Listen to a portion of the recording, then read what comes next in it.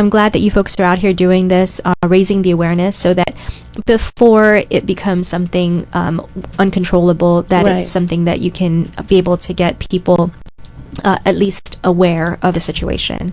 So we're running up to the bottom of the hour, and we're going to take our quick little break. We'll be back more. We're going to talk to Mona about the event that's coming up next week, and then we're going to talk a little bit more about the One Village, One Product, and then Celebration Femme Allowance. So stay tuned. We'll be right back. As you and your team started working on this project, and it's a pretty serious project, obviously. It is. I don't know where you would laugh working on something like this, but human trafficking and sexual violence awareness. This is a very serious issue. We see a lot of it happening in the news. We hear about, just very tragic events that have happened here on Guam. We know some of the people that were affected by it, that are victims. Right. Yeah. So you see it. How are you folks dealing with this? Because it's got to get personal at some point. Right. And that's where, during the awareness, during the paneling here. Now, do you have any information on resources that are available, as an example, like Vero or, Right. Well, Victims Advocate Reaching Out is a great resource, as well as the Guam Coalition as well. Sorry, Guam Coalition. And there's also a Oasis Empowerment Center. So there's many different areas. Guam Police Department as well. People don't think of that. And, just a real quick thought on with Guam Police Department, the first thing that some people think is, oh, well, I'm not going to deal with Guam Police because, especially if it was someone who is involved in human and sex trafficking, if they're looking for a way out, they're not thinking the first person or the first people that they're going to call is Guam Police Department. Right. Because they'll think, oh, well, I'm going to get in trouble because I'm doing this. Yes, right. So those are kind of the questions, again, that I personally would like to hear as a resident of Guam. What is it that, they are doing? I think the initial reaction that folks would have is just thinking back to the recent news with the police officers that were found guilty for the Blue House case. Right. And so it was a really big statement that was made when they were found guilty. Right. Because then what the police department needed to do was to be able to ensure the general public, the community, that they can be trusted and that this is a safe place to be. Right. That you can call on, your GPD if anything should happen, especially for a woman who is in that industry, who is a sex worker. They still can report and they still can feel safe, right. And that they are at that point a victim. Right. And so obviously these folks have gone through training.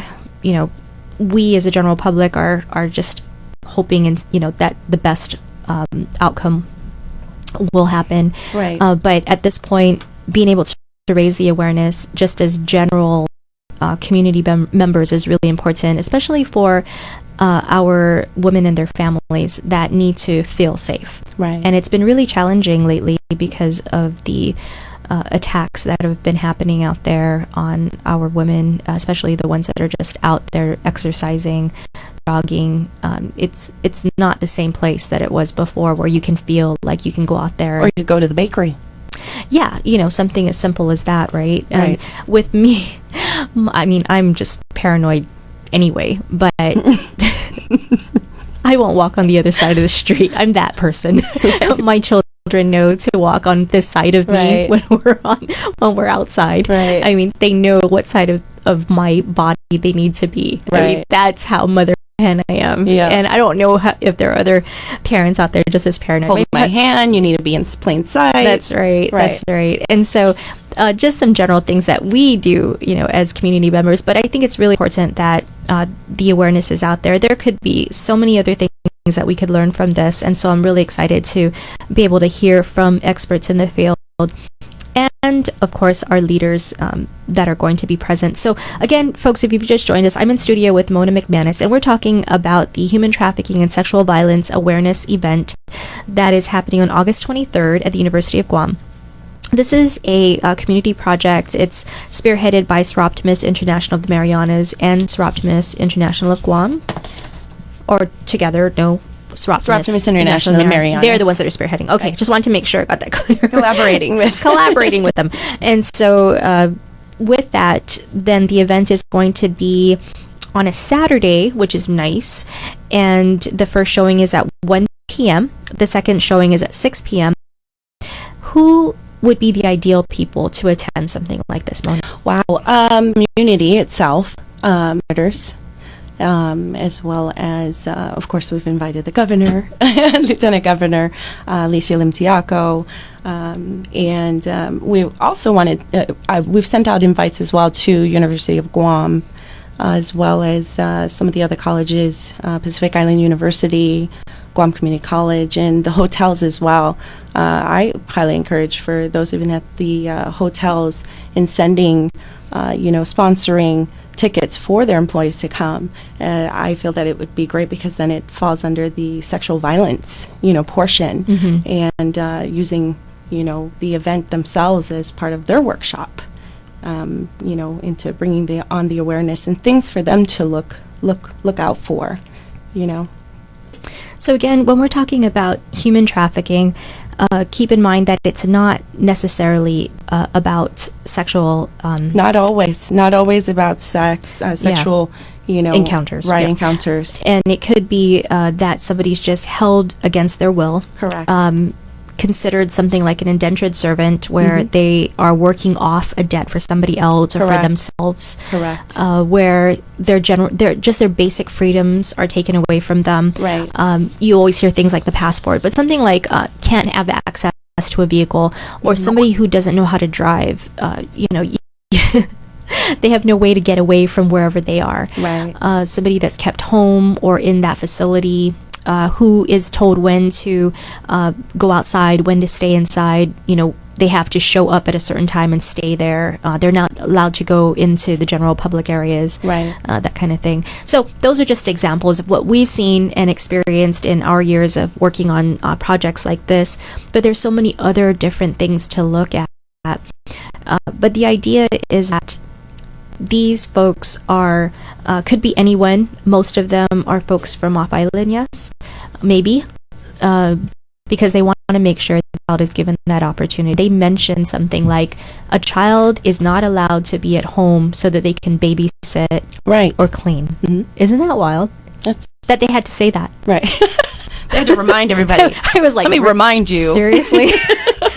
This is one of the rules and regs. But Right. then I had to think, there are people that probably think it's okay. Right. That they're in a situation where maybe they need to go work. Mhm. And so they think, well, this kid can stay home and watch the other little kids. Right. The oldest one can stay home and clean the house because, it needs to be done and I can't do it. And that is human trafficking. And that's not okay. And it's not okay.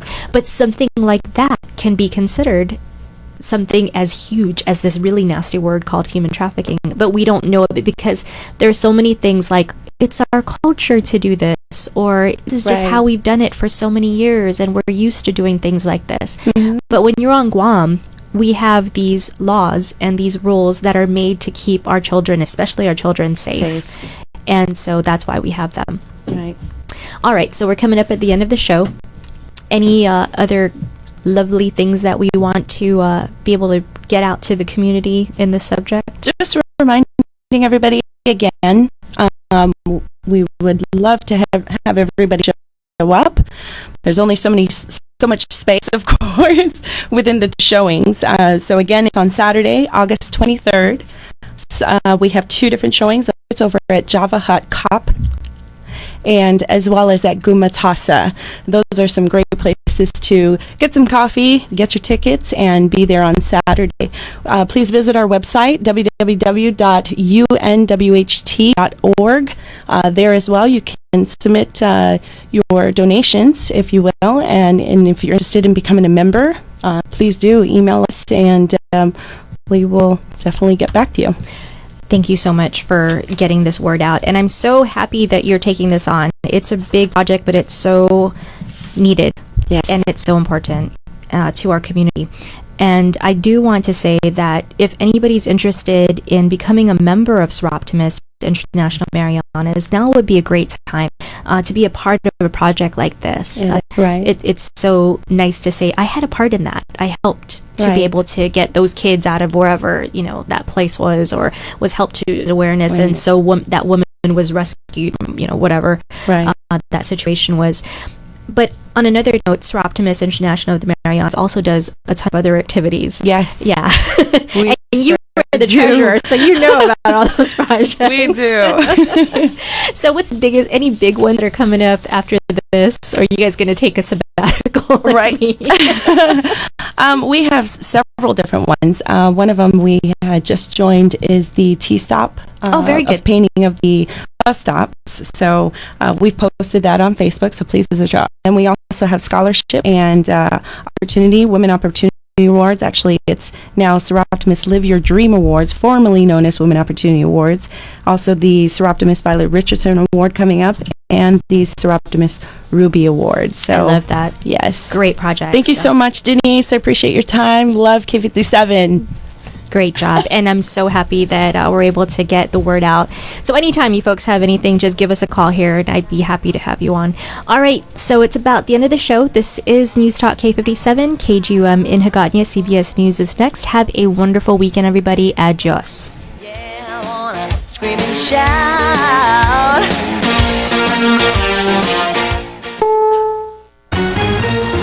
CBS News, I'm Bill Whitney.